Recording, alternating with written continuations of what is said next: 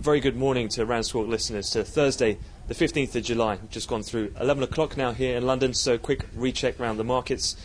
First of all, starting off with the US session, where we saw the latest FOMC minutes.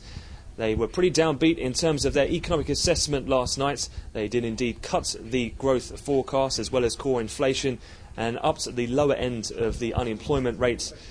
As such, then, we did have a bit of a downtick on the back of that and US equities, and that has transferred into a lower open for European stock markets. Also weighing on sentiment somewhat has been overnight, where in China, various economic releases from GDP, industrial production, through to retail sales and CPI all came out lower than expected. That was as per rumours that we had surfaced yesterday. That also sent WTI crude futures a little lower as well overnight in Asia.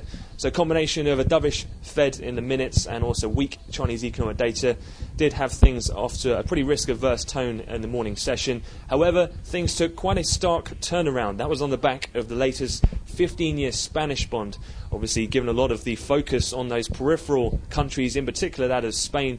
A lot of attention on that auction, but the actual cover ratio was very solid.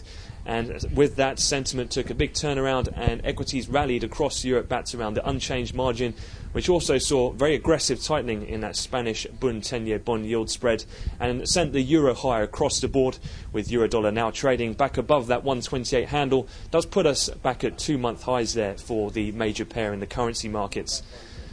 Looking forward then, in terms of the rest of things to come, all eyes will be on the first of the major US banks to report, that is JP Morgan Chase. They're due to report around 11:30 London time. Analysts on the street expecting Q2 EPS to come in at 71 cents. However, early whisper numbers have it coming in at 80 cents, so could well see a beat of expectations here today if rumours are set to be true. And then later on, in terms of the US session, a raft of US economic data today. We'll have the likes of the weekly jobless, the PPI, Empire, as well as Philly Fed to come later on in the session.